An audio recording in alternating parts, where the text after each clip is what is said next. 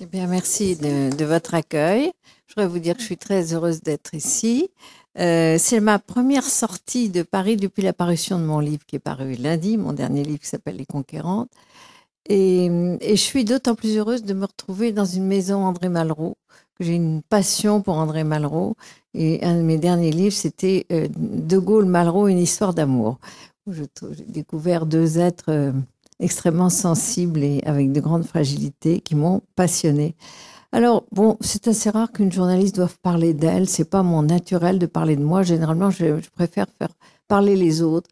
En deux mots, pourquoi devient-on journaliste? Dans mon cas, c'était la curiosité, l'envie de découvrir le monde. Moi, j'étais élevée en Normandie, venue à Paris faire des études et j'avais l'ambition de devenir peut-être diplomate, de découvrir le monde. Et puis finalement, je me suis trouvée embauchée à l'Express où j'ai fait mes débuts du temps de Françoise Giroud. Et la première enquête qu'elle m'ait confiée, c'était il y a plus de 30 ans.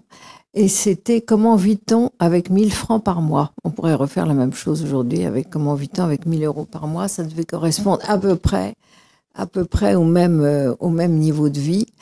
Et je me souviens avoir fait un tour de France, là, des ouvrières du textile dans le Nord, des secrétaires de la sécurité sociale à Paris, des caissières de supermarchés, enfin, déjà toutes les professions finalement les plus mal payées, dévolues aux femmes. Et ce qui m'avait passionné, c'était à quel point ces femmes avaient, je dis ces femmes parce qu'en majorité ça a été des femmes, il m'est arrivé aussi de rencontrer des ouvriers, des pères de familles nombreuses qui gagnaient très peu, qui faisaient tout eux-mêmes dans la maison, mais à quel point ils avaient besoin de se confier et qu'au fond, la plupart du temps, ils avaient une grande solitude. Mais ça m'a fait découvrir la France, une France que je connaissais peu. Je connaissais Paris, je connaissais quelques monuments célèbres. Et j'en ai gardé le goût et je n'ai cessé depuis de faire des tours de France qui m'a conduite à écrire un livre qui s'appelait Le bonheur d'être français, qui m'a valu d'être la première femme, je crois, à avoir le prix Albert Londres. Du nom du grand reporter Albert Londres, qui jusque-là et qui depuis d'ailleurs n'a été donné qu'à des gens qui exploraient, qui allaient en Extrême-Orient, en Afrique, en Asie. Et moi je pense qu'il y a tout autant à découvrir en France, qu'il y a des pans entiers de la vie en France qui ne sont pas connus. Peut-être parfois plus difficiles à découvrir. C'est peut-être parfois plus difficile de découvrir la vie d'une femme de banlieue seule avec 3 enfants, dans un monde menacé avec des trafiquants de drogue tout autour, des fils à la rue parce qu'on est retenu par son travail, etc. Je pense que c'est peut-être plus difficile que certains reportages en Asie ou en Afrique. En tout cas, ça reste à explorer. Voilà, ça m'a passionnée.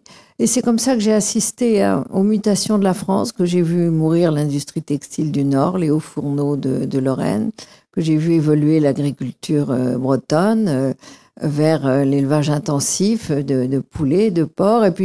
Et puis j'ai vu créer, Dieu merci, parce que je cherchais toujours des raisons d'espérer, parce que notre métier n'est pas de désespérer les lecteurs, mais aussi d'essayer de trouver ce qui pousse à côté de ce qui meurt. Donc je n'ai pas cessé de faire ça en passant par en explorant la France par différentes strates. Je fais des enquêtes dans les hôpitaux, dans les collèges, dans les usines, même des enquêtes religieuses. À un moment pour le Figaro, j'avais fait 4 pages. Le bouddhisme, les musulmans, les catholiques, les protestants, voilà. Voir comment vit la France, comment elle évolue. Alors ça m'a conduite ce désir d'explorer, de connaître, cette curiosité, m'ont conduite à travailler, bon, d'abord pour l'Express, et puis ensuite, quand l'équipe dirigeante de l'Express a créé Le Point, et ils m'ont engagé au Point, où j'ai retenu une chronique plutôt sur le monde de l'économie, auquel je connaissais pas grand-chose, mais que j'ai exploré à son tour, et souvent sous l'aspect psychologique. D'ailleurs, je me suis aperçue qu'entre les grands patrons, il y avait quelquefois des querelles qui relevaient de la cour de récré, et que ça n'était pas que chiffres et économique. Et puis, pour le Point, j'ai fait de grands reportages à l'étranger, aussi aux États-Unis, au Brésil, toujours très souvent à partir de la France, que les Français là-bas, ce qu'ils faisaient, ce qu'ils exploraient, comment ça se passait. Et puis, à ce moment-là, j'ai eu l'occasion d'entrer au groupe du Figaro parce que qui créait le Figaro Magazine, ils avaient besoin de quelqu'un pour faire des portraits politiques, ce qui m'attirait. Et donc, j'ai passé plusieurs années au Figaro Magazine, Figaro Madame, à faire des chroniques, des reportages, des portraits. Et tout en travaillant pour le Figaro, je travaillais aussi, je faisais des portraits pour le magazine Elle. C'est comme ça que j'ai fait un portrait de Bernadette Chirac, qui avait été assez explosif à l'époque, parce que c'était en pleine bagarre Chirac-Giscard, et elle s'en plaignait, et elle disait que la conseillère de Chirac, Marie-France Garot, avait une très mauvaise influence sur lui, et que ça serait elle ou moi. Alors évidemment, ça a valu de violentes réactions, des réimpressions du journal, des réactions de la famille et des amis, si bien que Bernadette Chirac ne m'a plus parlé pendant 20 ans, puis après elle m'a reparlé. Il faut savoir dans ce métier ne pas être fâché avec tout le monde en même temps, mais on peut être fâché tour à tour avec les uns ou les autres, sinon on n'est pas libre, si les gens se figurent qu'on est à leur botte, si je peux dire. Et ça m'a conduite aussi à travailler pour des journaux aussi divers que Valeurs Actuelles et Marianne. Étant de gauche pour Valeurs Actuelles, j'en parlais avec mon ami qui était mon correcteur au Figaro. Et on parlait de gauche et de droite. Ben voilà, je me considère finalement plutôt comme gaulliste. J'ai découvert à mes débuts à l'Express, dans des recherches en vue d'articles sur le général, j'ai découvert son œuvre, ses discours, ses mémoires, et puis tout le reste. C'est devenu une passion, et je me considère plutôt comme gaulliste. La France, c'est pas la gauche, la France, c'est pas la droite, la France, voilà. Et je pense que c'est ce qui nous manque le plus actuellement, c'est un discours d'intérêt général. Donc voilà, j'ai poursuivi ce métier de journaliste, à la fois pour satisfaire mes curiosités personnelles, explorer toujours des domaines nouveaux, et puis pour écrire pour des publics différents. J'ai également travaillé pour la radio, pour RMC et pour RTL, où je tenais des chroniques. Alors, qu'est-ce qui m'a amené à parler des femmes? Un de mes tout premiers livres s'appelait Place aux femmes. Je l'avais fait avec une dame qui espérait à l'époque être ministre de la Condition féminine, qu'elle n'a pas été, mais enfin on lui avait dit « Prenez une jeune journaliste débutante pour vous aider », et ça a été le cas. Et on a commencé à parler des femmes, comment les femmes peuvent faire leur carrière, comment peuvent-elles à la fois élever leurs enfants, garder un mari, et en même temps travailler et progresser. Mais à l'époque, j'avais rencontré beaucoup d'ouvrières, d'employés. Les femmes n'étaient pas à un niveau très élevé. Il y avait encore beaucoup de postes qui leur étaient pratiquement fermés. L'ouverture des conseils d'administration, par exemple, c'est tout à fait nouveau. Des métiers comme la magistrature, où est entrée Simone Veil, finalement, ça ne s'est ouvert aux femmes que dans les années 50. On oublie ça, mais c'est dans les années 60 seulement que les femmes ont eu le droit de signer des chèques et de prendre des décisions sans l'autorisation du mari, ce qui nous paraît aujourd'hui absolument incroyable. Et puis après, j'ai fait pas mal de livres politiques, parce que un collègue m'avait dit une fois, écoute, tu te disperses trop. Un coup, tu vas dans les hôpitaux, un autre coup, tu vas dans les usines. Tu sais, en France, il faut être catalogué, il faut entrer dans un tiroir. Alors, deviens journaliste politique ou fais autre chose, mais sinon, tu vas plus... Bon, alors, là-dessus, c'était l'époque Chirac. Et j'avais eu une idée qui était pour entrer à l'intérieur d'un personnage et aussi pour pouvoir raconter des tas de choses que je savais ou qu'on m'avait confiées, mais sans citer entre guillemets, ce qui pose des problèmes, parce qu'à ce moment-là, il faut se retourner vers les auteurs des confidences, dire est-ce que vous permettez que je dise ci ou ça. Bon, généralement, ils veulent pas. Donc, j'avais fait ça comme si c'était de l'invention pure et simple. Voilà, je me mettais à l'intérieur d'un personnage, je livrais ses réflexions, ses confidences, et comme ça, je ne citais personne en particulier. Tout était vrai, mais tout était inventé. Enfin, tout passait pour l'être, en tout cas. Donc, j'ai lancé cette formule du journal intime de Jacques Chirac, dont j'ai fait pas moins de 4 exemplaires. Et à ce moment-là, ça m'a catalogué journaliste politique. Mais ça m'a pas empêché de continuer à explorer d'autres domaines. Il n'y a pas longtemps, d'ailleurs, il y a 2 ans, j'ai publié un livre qui était un peu une lettre au pape, au prochain pape. Ça s'adressait à Benoît XVI, mais que apparemment le pape François a dû lire, parce que je trouve qu'il y a pas mal de mes vœux qui commencent à être exaucés.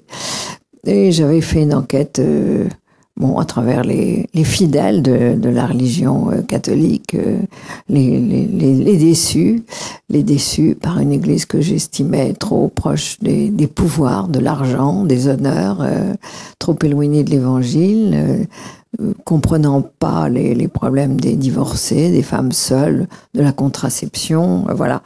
Vous voyez que j'étais assez loin du domaine de la politique politicienne française.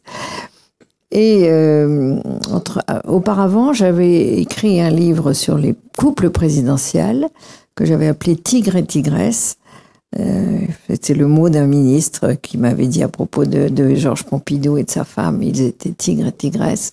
Et ce titre m'avait amusé, je l'avais pris comme titre provisoire.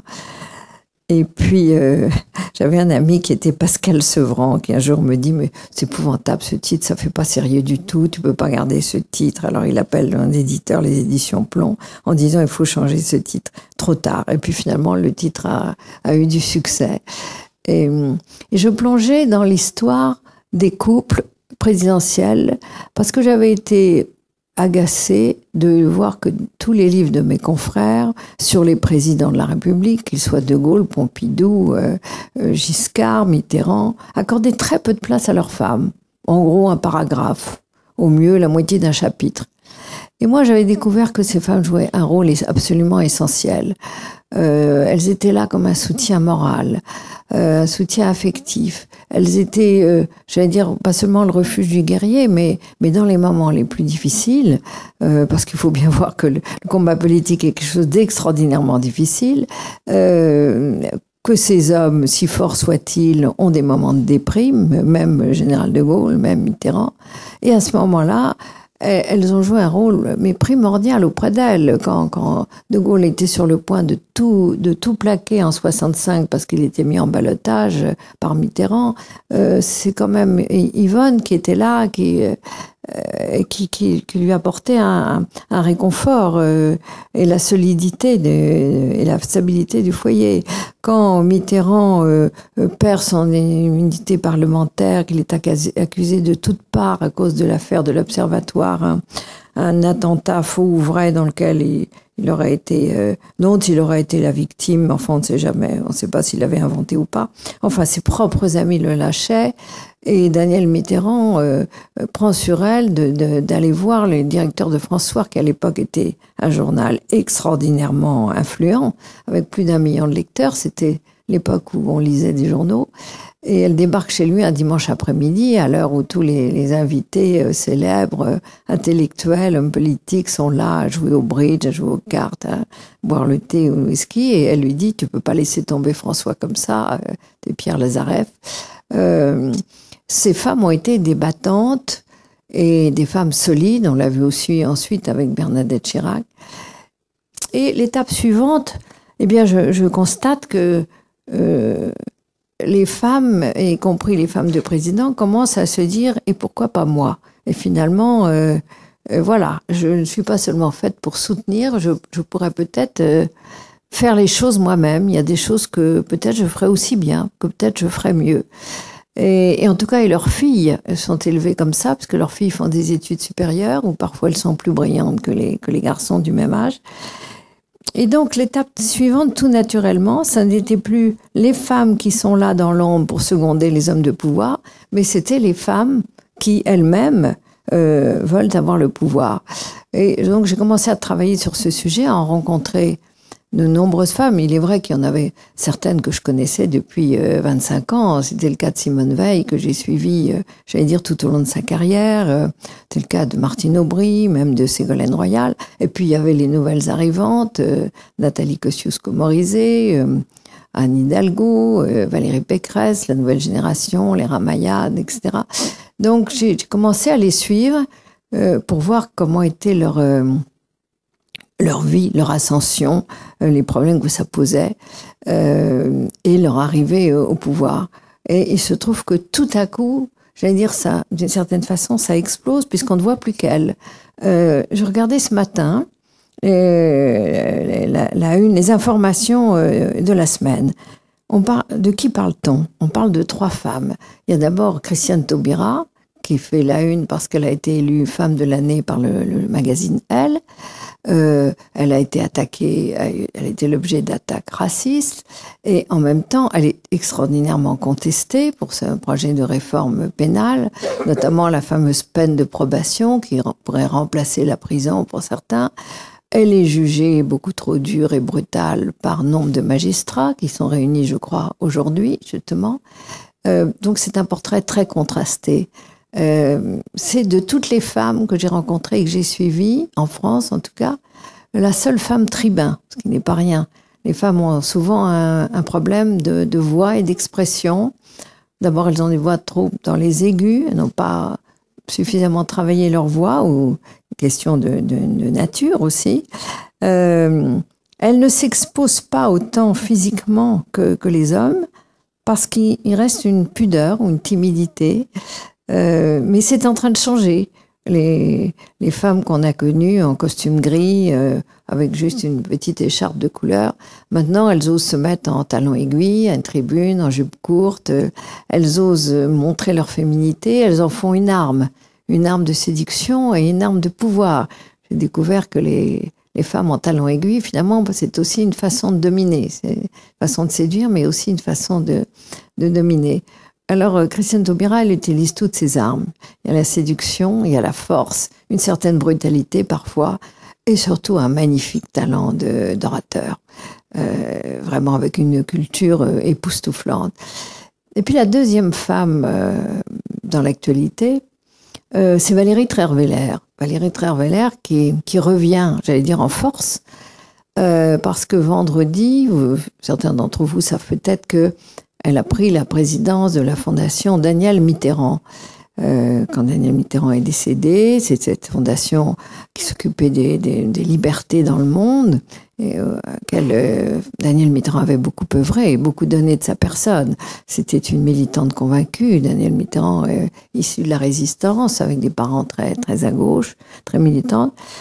Et Valérie Trierweiler a souhaité prendre cette présidence, cette succession, montrer qu'elle s'engageait à son tour. Bon, on n'en parlait pas beaucoup. Elle cherchait sa voix depuis l'histoire du tweet à scandale du mois de juin. Bon, il y avait une opération de communication pour essayer de la rendre plus populaire, plus aimée des Français. Donc, elle allait à droite à gauche. Alors, je me souviens d'être allée une fois à Angers, où elle allait dans une maison qui accueillait des personnes âgées, des malades. Alors, elle participait à une soupe. Alors, à 11h du matin, on faisait une soupe aux légumes. On échangeait. On lui demandait si elle faisait la soupe aux légumes pour son compagnon. Elle répondait qu'elle en faisait, mais sans mettre de crème parce qu'il fallait qu'il soit une salie. Bon, elle faisait assez profil bas et œuvre caritative, etc. Et puis là, elle ressort vendredi, à l'occasion d'une réunion de la Fondation Mitterrand, en disant « Mais cette fois, c'est fini, je ne vais plus me taire. Daniel Mitterrand n'acceptait pas d'être muselé, et moi, je vais faire pareil, et je vais parler. » Alors, c'est quand même une sorte d'événement politique, d'abord parce que Valérie Trierweiler a toujours revendiqué d'être avant tout une journaliste. Et c'est difficile d'être à la fois une journaliste libre et engagée pour une cause, sans d'ailleurs avoir auparavant milité ni pris. C'est pas un vieil engagement politique qu'on lui connaît.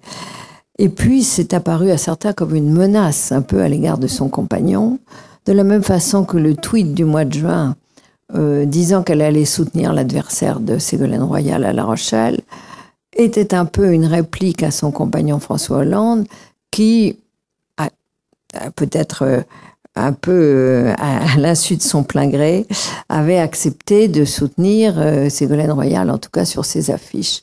Et c'était une façon de dire ça ne se passera pas comme ça, je ne veux plus que tu soutiennes Ségolène, et moi je m'exprimerai dans ces cas-là, j'y mettrai un frein. Et voilà, c'était apparu comme une menace. Du coup, François Hollande, qui avait mis des mois, sinon des années, à gagner une image d'homme d'autorité, il quand même, faut bien voir qu'il était moqué, raillé, y compris par ses propres amis politiques, comme Martine Aubry, comme Laurent Fabius, qui l'appelait Flamby, qui l'appelait la petite fraise des bois, qui le raillait en permanence. Il avait fini tout de même, c'était lui qui l'avait emporté, c'était lui qui avait gagné cette élection présidentielle. Il avait fini par être respecté. Mais du même coup, il perdait son image d'autorité. Et bon, là, Valérie Trierweiler s'était tue pendant 6 mois. On pensait que les choses étaient arrangées. Et là, on ne sait pas quelle menace est cachée derrière ça. Est-ce que c'est une menace à l'égard de son propre compagnon, à l'égard de certains de ses alliés en politique? On ne le sait pas, mais ça sème le trouble. Et de nouveau, ça brouille l'image du président de la République. Donc ça, c'est un deuxième cas de femme, j'allais dire à l'ancienne, c'est-à-dire femme d'influence, mais pas une femme qui exerce directement le pouvoir et qui prend les coups pour elle-même. Et puis le troisième cas, une fois de plus à la une, mais elle l'a fait constamment à la une, c'est Angela Merkel. Angela Merkel, la femme la plus puissante du monde, que on presse de modifier sa politique économique parce que finalement l'Allemagne est trop riche, elle a 200 milliards d'excédents alors que nous avons 75 milliards de déficit. Elle cherche des travailleurs, elle cherche à en faire venir partout des ingénieurs, des techniciens. Parce que l'Allemagne a réussi des réformes que nous n'avons pas effectuées, parce qu'elle a une industrie très performante qui a toujours été dans la recherche de modèles plus en avant que les autres. Alors, elle est à la une pour ça, parce que la Commission européenne, l'Europe, lui demande finalement de relever ses salaires de façon à ce que les Allemands consomment un peu plus et nous achètent un peu plus, à nous aussi. Et puis, elle est en pleine négociation. Je ne sais pas si certains d'entre vous ont vu la série Borgen, mais ça fait tout à fait penser à ça. Elle est en pleine négociation avec le Parti socialiste, enfin les sociodémocrates, pour créer un gouvernement de coalition. Donc voilà, là on a 3 types de femmes de pouvoir. La femme d'influence dans l'ombre, mais qui de temps en temps sort le nez, c'est Valérie Trierweiler. La conquérante bagarreuse, c'est Christiane Taubira et tribun, mais qui a plus de mal finalement à assumer les responsabilités, à tenir ses troupes et peut-être à faire remporter une élection à son camp. Et puis la vraie, véritable femme de pouvoir qui est Angela Merkel. Alors Angela Merkel est mariée, mais elle n'a pas d'enfant. Mais pendant sa campagne, sa 3e campagne, les Allemands l'appelaient Mutti, ça veut dire maman. Et mon exploration du pouvoir politique par les femmes m'a conduite à penser que finalement la position la meilleure pour elles, c'était quand elles devenaient maman. Je veux dire maman du peuple, maman de leurs propres enfants. C'est très difficile et ça fait des débuts très difficiles. Autrefois, les femmes ne s'engageaient en politique que vers 45 ans quand les enfants étaient grands. Bon. Maintenant, les jeunes ambitieuses nouvelles, je pense à Nathalie Kosciusko-Morizet, même à Anne Hidalgo, à Valérie Pécresse, Cécile Duflot qui a eu 4 enfants, 36 ans, dont 2 enfants pendant qu'elle faisait ses études à l'ESSEC. Elles y vont jeunes mamans. Et alors comment réussissent-elles? Bon, d'abord elles ont un tempérament, une énergie, une santé hors du commun. Voilà, c'est à toutes les jeunes femmes qui veulent s'engager dans ce métier, je dis d'abord, il faut une santé extraordinaire. Soyez prêtes à ne dormir que 4 heures par nuit. Vous aurez la responsabilité de vos enfants et en plus vous aurez celle du mari ou du compagnon parce que c'est très difficile pour lui de supporter que sa femme soit constamment absente, qu'elle pense toujours à autre chose. Voilà, ces femmes ont surmonté ça. Que ce soit Cécile Duflot, Nathalie Kosciusko-Morizet. Bon, comment l'ont-elles surmonté? Généralement, un compagnon qui comprend, mais qui comprend pas toujours. Exemple, celui de Cécile Duflot, qui lâche des tweets du genre j'irai pas au défilé du 14 juillet où pourtant il est invité à la tribune d'honneur, je veux pas aller à ce défilé de bottes, etc. Enfin, on a l'impression que chaque fois qu'il a l'occasion de lui de scier les branches, lui casser la baraque, il le fait, ce qui dénote évidemment quand même un véritable complexe. D'ailleurs, Dominique Voynet, qui est une des seules femmes maires d'une ville de plus de 100 000 habitants, Montreuil, m'a dit mon ministère m'a coûté un compagnon, ma mairie m'en a coûté un autre. C'est un des obstacles majeurs à franchir. Ensuite, il y a les enfants, la garde des enfants. Alors, comment se débrouille-t-elle? Eh bien, il faut toute une tribu pour soutenir une femme politique. Nathalie Kosciusko-Morizet, par exemple, c'est sa mère, sa belle-mère, un peu son mari qui est plus âgé qu'elle, qui garde les 2 enfants, qui les emmène en vacances pendant qu'elle fait campagne. Moi, j'ai suivi toutes ces femmes, souvent un dimanche, un week-end, à l'heure du déjeuner, au salon de l'agriculture avec Valérie Pécresse. Elle regarde sa montre, tout à coup, il est 3 heures. Oh, heureusement que ma belle-mère est là pour faire déjeuner les enfants. Finalement, je vais rentrer à 4h30 de l'après-midi en rapportant des caramels que j'ai achetés au salon de l'agriculture. Donc, ce sont des qualités de santé et d'organisation absolument exceptionnelles. Moyennant quoi, comme le disait le président de l'Assemblée nationale, Claude Barthelone, c'est presque un système de sélection à la Darwin. Ce sont les plus fortes qui survivent. Celles qui ont pu justement s'en tirer malgré la fatigue, les attaques, etc. Et celles qui sont les mieux organisées. Celles qui auront souvent résisté à leur père. J'ai aussi analysé les relations avec leur père. Ça m'a paru être un point commun. Et très souvent, les femmes les plus fortes ont été des rebelles envers leur père, ont dû tenir tête au père. Et on pourrait penser que finalement, ce père les a écrasées, ce qui aurait pu être le cas, par exemple, de Jean-Marie Le Pen avec Marine. Mais non, comme elles ont une forte personnalité, elles ont résisté. C'était le cas de celle que j'appelle la pionnière, Simone Veil, qui ne supportait pas de voir son père, je dirais pas maltraiter sa mère, c'était pas du tout le cas, mais un peu la mépriser. Elle avait une mère extrêmement cultivée, qui aurait pu faire des études supérieures, qui initiait ses enfants à la lecture, à l'opéra, qui était une femme merveilleuse. Et Simone souffrait énormément de voir que son père lui demandait des comptes, par exemple, sur ses courses, rendre l'argent des courses, la monnaie. Elle trouvait ça absolument humiliant. Et sa mère lui disait, il faudra faire des études, il faudra être indépendante. Elle avait juré à sa mère d'être indépendante, de devenir avocate. Et c'est pour ça qu'après avoir vu mourir sa mère à Auschwitz, après être revenue en France, s'être mariée très jeune, parce que malgré tout, il fallait retrouver un nid familial, c'était trop dur, avec cette mariée très jeune avec Antoine Veil. Elle a voulu faire des études supérieures, et son mari l'a très très mal accepté. Il ne voulait pas du tout au début. Il a accepté simplement qu'elle soit magistrat, pas avocat.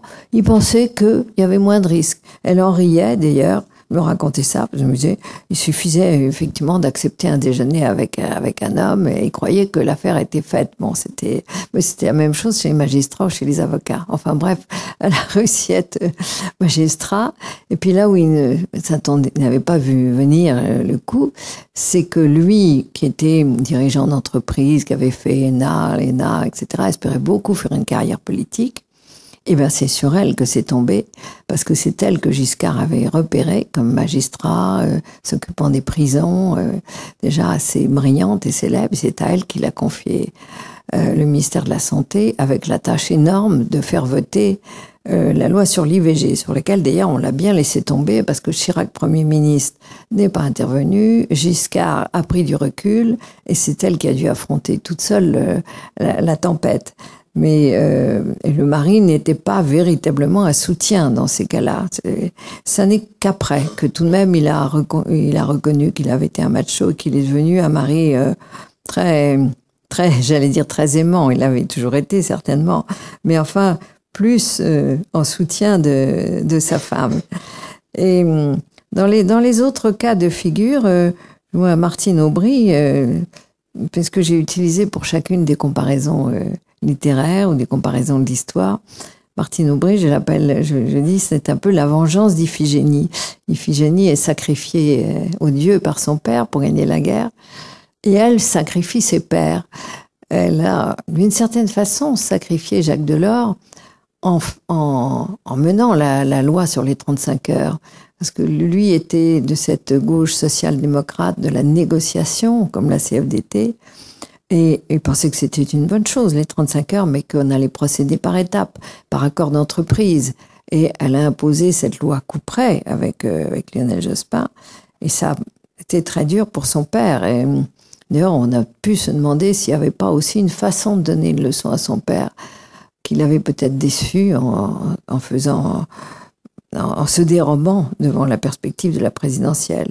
Puis après, elle a également sacrifié son père en entreprise, qui était Jean Gandois, le patron de Péchinet, et puis un de ses pères en politique, qui a été Pierre Mauroy, enfin, avec lequel elle s'est tout à fait réconciliée à la fin de sa vie, de sorte qu'elle a même prononcé un hommage très ému le jour de ses obsèques à Lille, auquel j'assistais.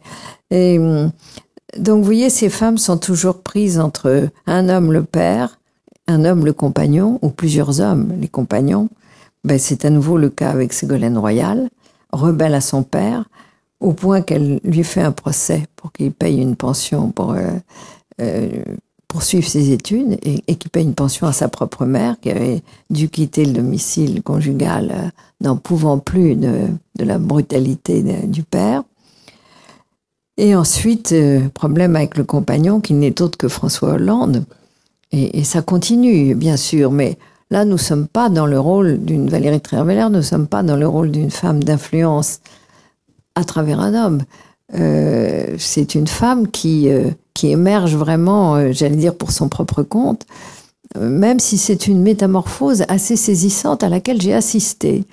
Parce que je me souviens qu'en 2005, aux fameuses journées du PS à La Rochelle, François Hollande étant premier secrétaire du PS, très entouré par les journalistes, et de temps en temps, on se tournait vers Ségolène Royal, qui était quand même présidente de la région Poitou-Charentes, qu'on avait appelée la princesse de Poitou-Charentes, qui avait été distinguée par Mitterrand pour devenir ministre, et on lui demandait son avis. Et elle disait « Chut, écoutez François ».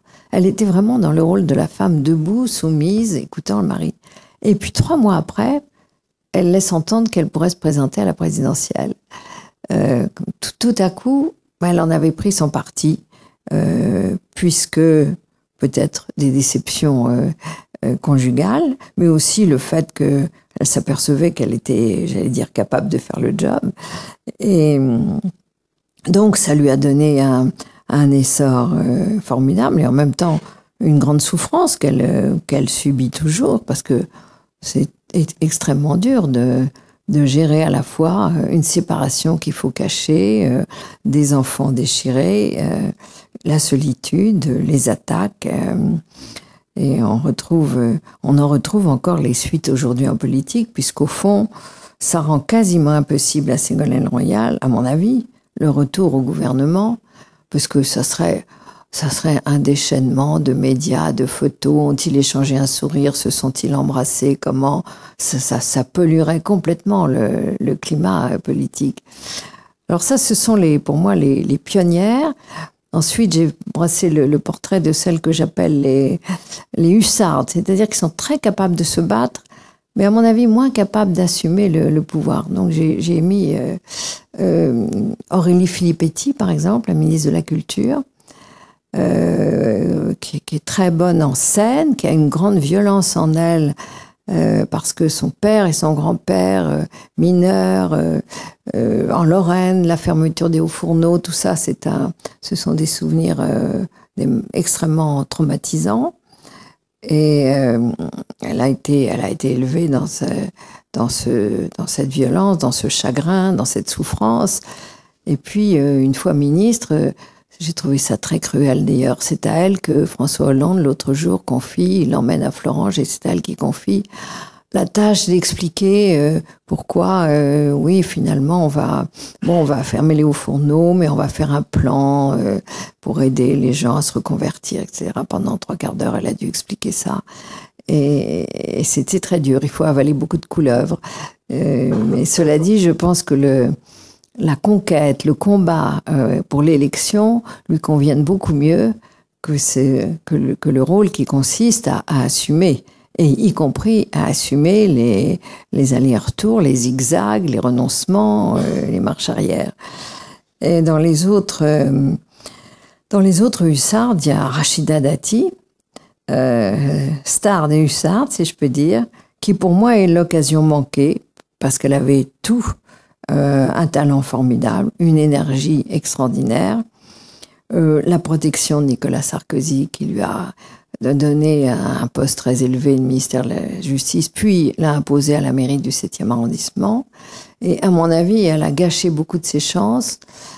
Peut-être parce que trop gâtée, c'est un peu comme les ascensions trop rapides de vedettes du football ou du cinéma, à un moment estimant que beaucoup de choses lui étaient dues, et traitant très très mal les gens autour d'elle, à la mairie du 7e, les gens qui l'avaient aidé à se faire élire, auxquels elle supprime des délégations, supprime des secrétaires, elle coupe leurs photos, sous prétexte qu'ils ont Ami de Fillon. Voilà, enfin donc elle a beaucoup déçu. Elle continue à être très bonne en scène. Elle fait... Si elle vient ici, vous aurez une émeute pour lui demander si vous l'invitez pour son livre, vous aurez une émeute pour lui demander des autographes, la photographier. Mais politiquement, elle est un peu en perte de vitesse. Elle a les atouts qu'elle avait, les atouts extraordinaires qu'elle avait au départ.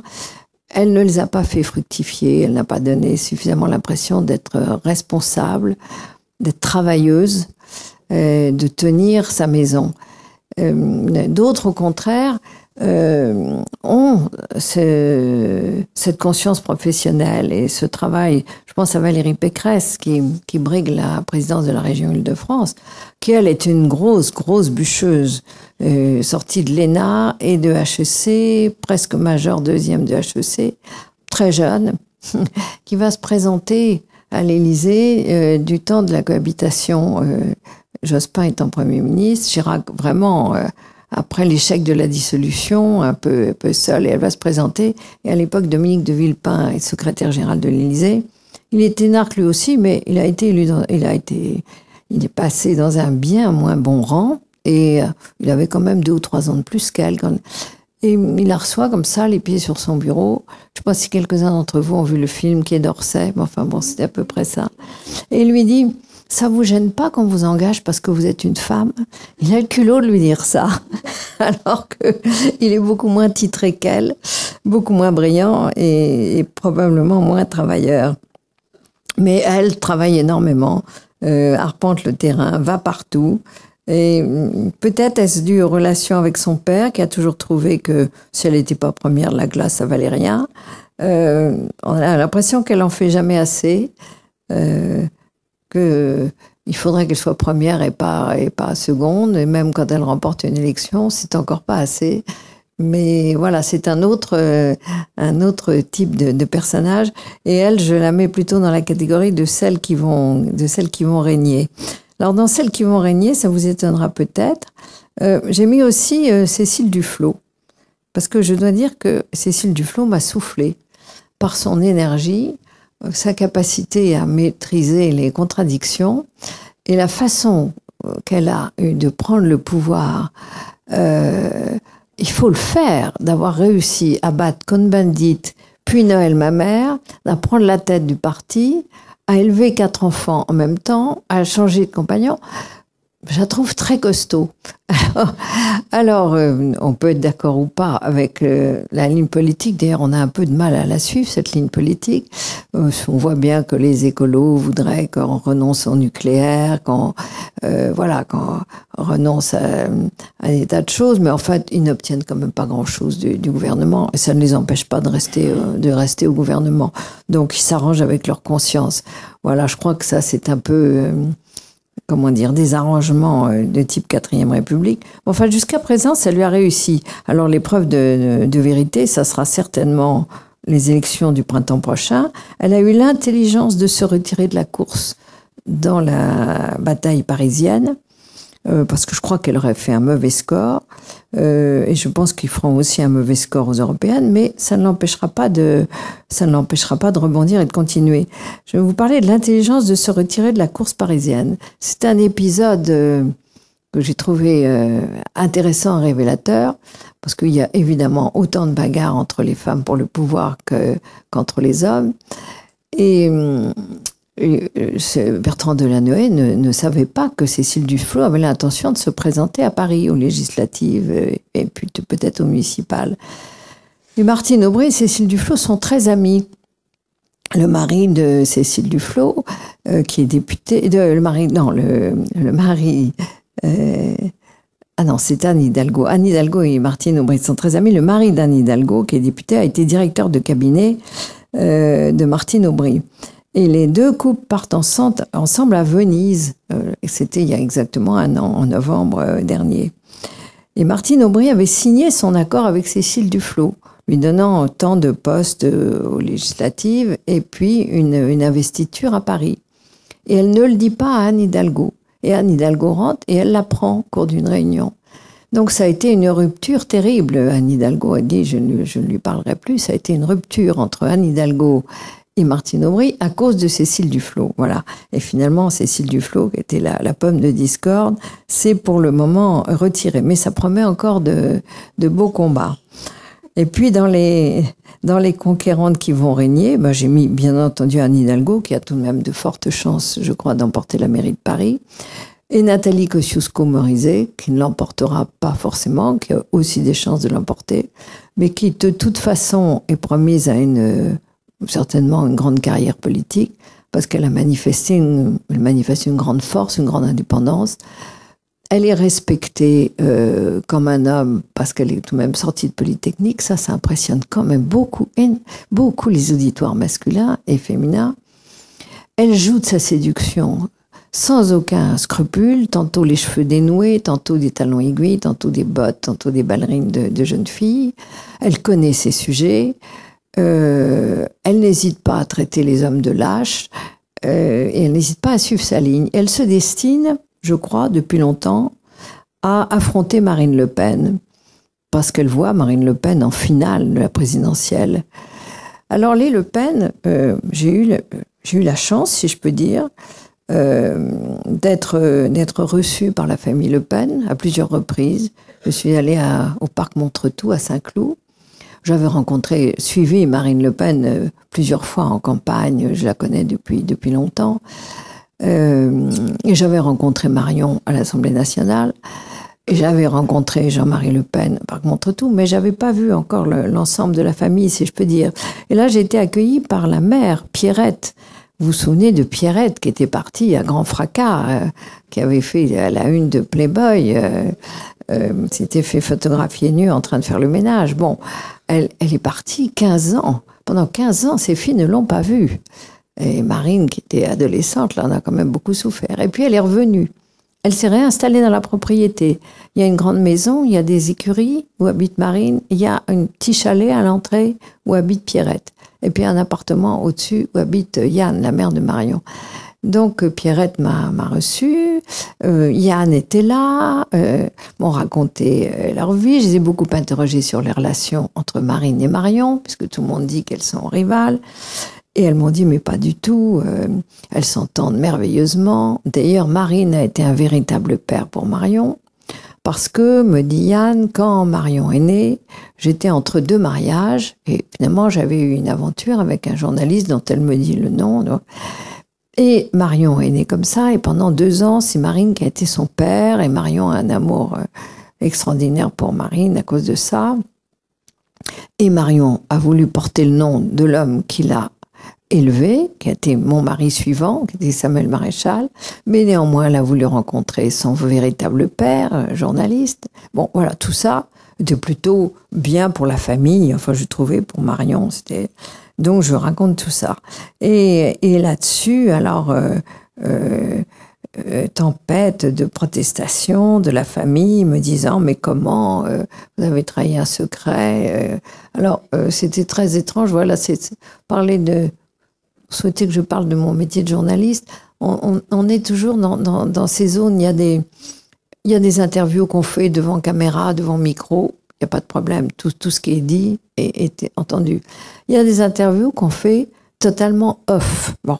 Il pouvait arriver d'avoir un dîner, un déjeuner, simplement une journée avec une personnalité politique qui vous dit, je vous dis ça pour que vous compreniez mieux de quoi il s'agit, mais vous ne le dites pas. Ou alors on l'écrit quand même sur son petit carnet, et on met des marques en face et on sait que on pourra le dire dans un livre 3 ans plus tard, ou 5 ans plus tard, ou 10 ans plus tard. Il y a beaucoup de choses qu'on garde comme ça en conserve. Et puis il y a les choses que les gens ont envie de dire, mais ils n'ont pas envie de les assumer. Alors j'étais tombée exactement dans ce cas de figure. Fille et petite fille Le Pen souhaitaient que ce soit dit, mais ne voulaient pas l'assumer. Alors, donc, ils m'en ont rendu responsable. Voilà, ça a fait un petit buzz que l'Express a repris. L'Express a donné le nom du journaliste. Voilà, ça fait partie des incidents de parcours qu'il faut assumer, mais je ne pense pas quand même être boycottée pendant 20 ans, comme je l'ai été par Bernadette Chirac auparavant, avec qui j'ai retrouvé d'excellentes relations d'ailleurs. Voilà, maintenant je me tiens plutôt à votre disposition pour des questions, parce que j'ai peut-être parlé plus longuement que ce qui était prévu, et je voudrais qu'il nous reste un peu de temps. Merci. Moi, vous avez parlé des femmes de président. Ne pensez-vous pas qu'il faudrait arriver à un statut des femmes de président? Moi, je suis très gêné en ce moment avec la compagne du président. Il se trouve qu'à titre personnel, je ne lui reconnais aucune légitimité. Quand je l'entends parler hier, comme elle l'a fait en se postant comme le digne successeur de Madame Mitterrand, je trouve qu'il y a une différence fondamentale. Madame Mitterrand était l'épouse du président et ils avaient des enfants ensemble, ils avaient une vie commune, chose que je ne reconnais pas à Madame Trierweiler. Et donc, s'il y avait un statut, on pourrait accepter. Moi, je suis peut-être totalement arriéré, traditionnaliste, en exigeant au moins des relations claires. Mais je trouve que c'est un très mauvais exemple qui est donné. Et voilà, moi, pensez-vous pas qu'un statut serait une chose intéressante? Alors, toutes s'en plaignent. Bernadette Chirac disait je ne suis personne. C'est vrai que si on appelait l'Élysée, on demandait Madame Chirac, on vous passait Claude Chirac. Parce que Claude Chirac, dans l'organigramme, avait un rôle de conseiller. Parce que Bernadette Chirac n'avait aucun rôle. Alors, c'est vrai que elles lorgnent toutes vers le modèle américain, parce que la femme du président aux États-Unis, c'est quelque chose de très important. Elle a un cabinet, elle a toute une équipe. Bon. La France, jusqu'à présent, ne l'a pas fait. Pourtant, c'est pas faute qu'elles aient réclamé leur place.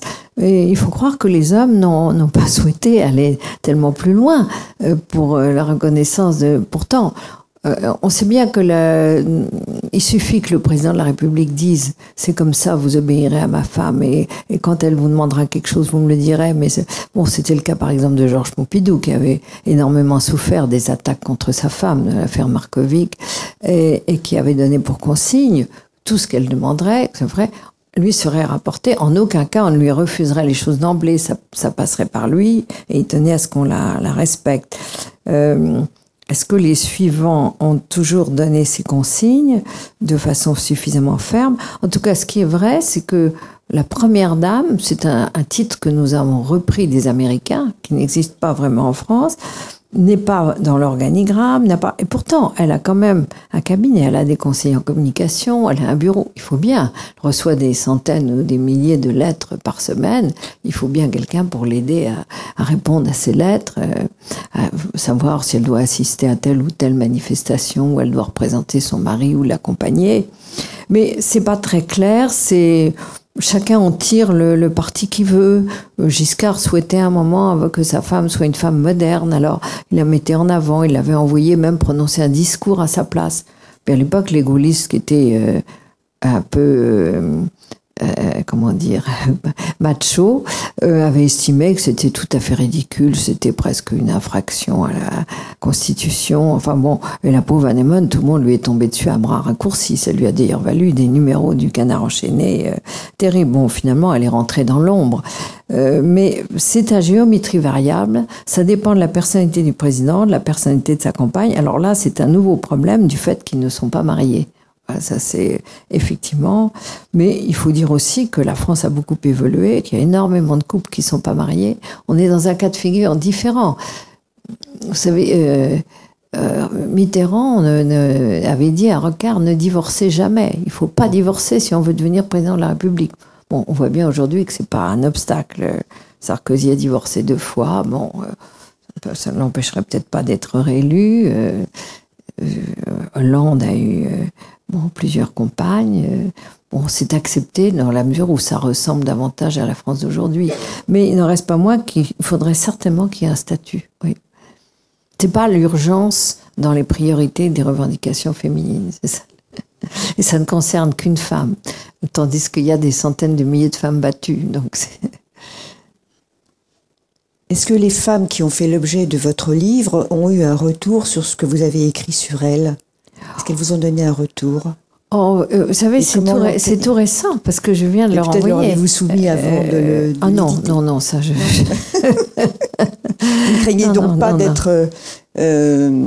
d'avoir des diffamations potentielles à venir? D'abord, je n'ai pas de diffamation, je n'écris pas pour être malveillante ou pour porter tort. Mais j'écris ce qui est la vérité, les faits, les histoires sur lesquelles j'ai des témoignages nombreux ou bien des faits auxquels j'ai assisté moi-même. Voilà, je dresse des portraits. Et puis s'il y a des attaques, eh ben il y aura des attaques. C'est pas. Mais alors soumettre un livre, je n'ose pas imaginer quel serait le résultat s'il fallait que je soumette à chacune. Pour Ségolène Royal, il faudrait surtout pas parler ni de François Hollande, ni de ceci, ni de cela. Oui. Chacune ferait la censure de plusieurs épisodes ou ne serait pas d'accord avec le regard qu'on peut porter sur elle.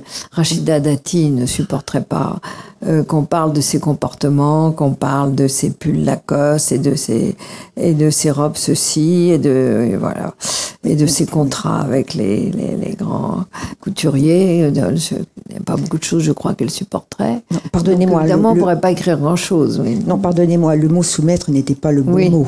Leur avez-vous dédicacé un livre? Ah oui, j'aurais envoyé un livre. Oui, ça c'est quand même la moindre des choses. Oui. Bon, j'envoie des petits mots de remerciement, j'allais dire convenus. Mais vous savez, franchement, elles ont beaucoup à faire.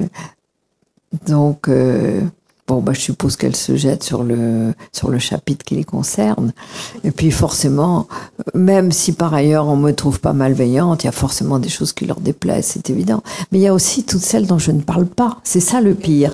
Parce que je parle de beaucoup de femmes et dans l'introduction, dans la conclusion, j'ai choisi d'en mettre en valeur plus particulièrement une douzaine, mais je parle de beaucoup d'autres. Je parle de Ramayad, de Najat, de Dominique Voynet, de Chantal Joanneau, d'Eva Joly, etc. Et alors ça, évidemment, c'est le plus dur, parce que ce sont les femmes dont je ne parle pas, elles l'encaissent très mal. Mais je ne pouvais pas non plus faire un livre de 2000 pages. C'est plus difficile de leur expliquer, parce que pourquoi n'ont-elles pas été distinguées? Pourquoi est-ce que j'ai fait ce choix-là? J'ai fait un choix à la fois d'après la popularité des femmes.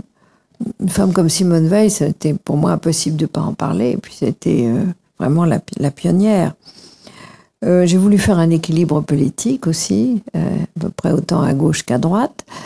Un équilibre tout de même entre les âges, voir aussi quels sont les jeunes qui arrivent, mais pas toutes les jeunes. Par exemple, Ramayad, qui est un personnage intéressant, qui est très populaire. Mais jusqu'à présent, on n'a rien fait, n'a pas exercé de responsabilité. Donc, je la cite, je parle d'elle dans ma conclusion, mais je ne lui ai pas consacré 25 pages de portrait. Parce que j'attends qu'elle soit députée, mais bon, jusqu'à présent, elle a été ministre déléguée très, très provisoire, très fugitive, remarquée pour des déclarations, plus que pour son action. Donc j'ai quand même fait le choix de celles qui ont déjà prouvé qu'elles étaient capables de prendre un parti, de prendre une circonscription difficile, de se battre. Je crois que le vrai critère, c'est ce que je leur dis à la fin, parce que j'ai une page de conseils. Le vrai critère, c'est d'avoir un fief. Et ça, c'est comme les hommes. Hein, c'est tant qu'on n'a pas une implantation. Je vois Monsieur le maire hocher la tête. Oui, tant qu'on n'a pas une implantation locale, qu'on ne sait pas coltiner toutes les responsabilités, les soucis quotidiens, toutes les remontées sur l'emploi, le logement, la voirie, la fiscalité, le transport, etc. Tant qu'on n'a pas été véritablement à l'épreuve du pouvoir sur le terrain, on ne peut pas savoir ce qu'on vaut. Donc c'est la véritable sélection, elle est là. Donc les femmes que j'ai choisies, elles ont déjà franchi quelques étapes et elles ont réussi à s'imposer, même si par ailleurs elles ont subi des défaites et des déboires. C'est dans ces moments-là que je trouve mon métier dire le plus intéressant, parce que c'est dans ces moments-là qu'on voit la vérité des personnages, parce qu'à ce moment-là, ils peuvent plus dissimuler, ils peuvent plus frimer. Quand on est un soir d'élection auprès de quelqu'un qui vient de perdre, il y a une vérité qui se dévoile, et puis après, ça se referme, et peut-être que ça ne se rouvrira que 3 ans plus tard. C'est dans la joie extrême, dans l'allégresse extrême du succès, mais à ce moment-là, on est tellement entouré que c'est très difficile de les approcher vraiment. Dans le chagrin de la défaite, on est seul. Et à ce moment-là, c'est vrai qu'on est là pour recueillir des confidences. Est-ce que vous écrivez les conquérants? Oh, j'ai déjà écrit beaucoup les conquérants. Je les ai pas appelés les conquérants, mais enfin, j'ai fait plusieurs livres sur De Gaulle. J'ai fait plusieurs livres sur Chirac. J'ai fait un livre sur Sarkozy. Donc oui, j'avais même fait un livre à un moment qui s'appelait Jacques-Édouard, Philippe et les autres. Il y avait Balladur, il y avait Chirac, il y avait Philippe Séguin. Oh, j'ai beaucoup écrit sur les hommes politiques. Et puis, c'est quand j'ai pris conscience du fait qu'on ne parlait pas de leurs femmes qui étaient si importantes, que j'ai commencé à m'intéresser davantage aux femmes, à explorer la partie cachée, finalement, du monde du pouvoir. Et là, il est vrai que nous sommes dans une année ou dans une période où véritablement, j'allais dire, on voit plus que des femmes. C'est au point, disent certains, qu'il va falloir réserver des quotas pour les hommes. On n'en est pas encore là, au Parlement ni au gouvernement. Mais, oui, voilà. Bonjour, Damien, à l'appareil. C'est très bonjour. Bonjour. Je suis très content en fait de la dernière partie de ce que vous venez de dire. Justement, effectivement, les femmes ont été victimes de discrimination en fait pendant très longtemps. Et on les voit monter en ascension, mais de manière très très forte. Et du coup, les hommes ont intérêt à avoir peur, en fait. Mais ils ont peur. Ils ont peur, en fait. Oui. Et alors là, ce sont les jeunes hommes qui sont sacrifiés. Absolument. Parce que ceux qui sont au pouvoir depuis longtemps, les notables, réélus, n'ont pas envie de céder la place. Bon, on les comprend, après tout, puis ils sont jeunes encore, on vit plus âgés aujourd'hui, en meilleure forme. Mais ça pose un vrai problème, parce qu'il faut laisser de la place aux femmes. Et résultat, les jeunes hommes, eux, ne trouvent pas leur place. Oui. Donc effectivement, il y a ce problème Donc c'est eux qui sont discriminés maintenant. Tout à fait. Oui. Donc il y a ce problème de discrimination, effectivement, qu'il faut résoudre au niveau pour les femmes. Et je pense qu'aujourd'hui, effectivement, ce combat-là, il est mené au sein de la société. Je pense qu'on avance positivement vers ce but-là. Je voudrais juste un regard. Donc effectivement, derrière un homme ou une femme politique qui exerce de grandes responsabilités, il y a forcément quelqu'un d'exceptionnel derrière. Et j'ai bien aimé votre regard, effectivement, sur tous ces sujets aujourd'hui. Ma question, c'est la rudesse du monde politique. Avec de plus en plus de femmes qui s'y impliquent, pensez-vous que c'est une bonne chose ? J'ai envie de voir la femme comme étant la douceur dans la société d'une certaine manière, ce contrepoids nécessaire à l'équilibre, etc. Le fait qu'elles s'embarquent dans ce combat extrêmement difficile, où ils prennent énormément de coups et sont obligés d'en donner également, et pas forcément des beaux coups. Je ne sais pas si à la fin, c'est une bonne chose. Donc moi, j'aimerais avoir plutôt votre regard et non pas me cantonner simplement à ma propre opinion. Oui, alors, donner des coups, en recevoir. D'abord, je crois que c'est pas propre au combat politique.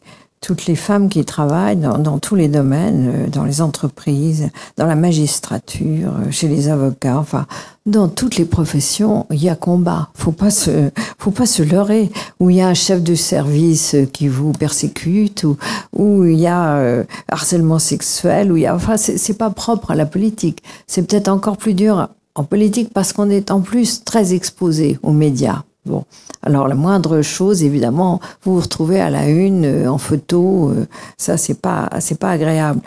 Alors, est-ce que c'est embêtant parce que les femmes vont perdre leur douceur? Alors, je suis pas si sûre que les femmes soient systématiquement si douces. D'abord, moi, c'est vrai que celles que j'ai suivies sont plutôt gentilles-gresses, même s'il peut leur arriver d'être douces à la maison, mais moi, je suis pas pour une opposition comme ça. Je trouve qu'il y a des hommes qui sont très doux, qui peuvent être très raffinés, très attentifs, et puis il y en a d'autres qui sont des brutes. Il y a des femmes qui peuvent être extraordinairement sensibles et artistes, et d'autres qui sont des brutes. Bon, il faut forcément une certaine brutalité en politique. On ne réussit pas, ne serait-ce qu'il faut apprendre à se blinder déjà, parce que si on est par terre à tous les coups, bon, on souffre forcément. Les hommes politiques souffrent aussi beaucoup. Quand j'ai étudié l'itinéraire des présidents de la République, ils ont énormément souffert.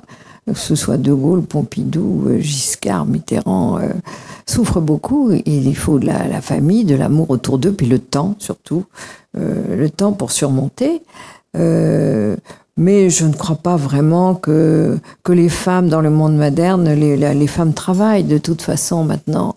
Et c'est pas plus drôle d'être caissière de supermarché persécutée par un patron que d'être femme politique. Non, je crois que c'est pas propre à la politique, même si faut.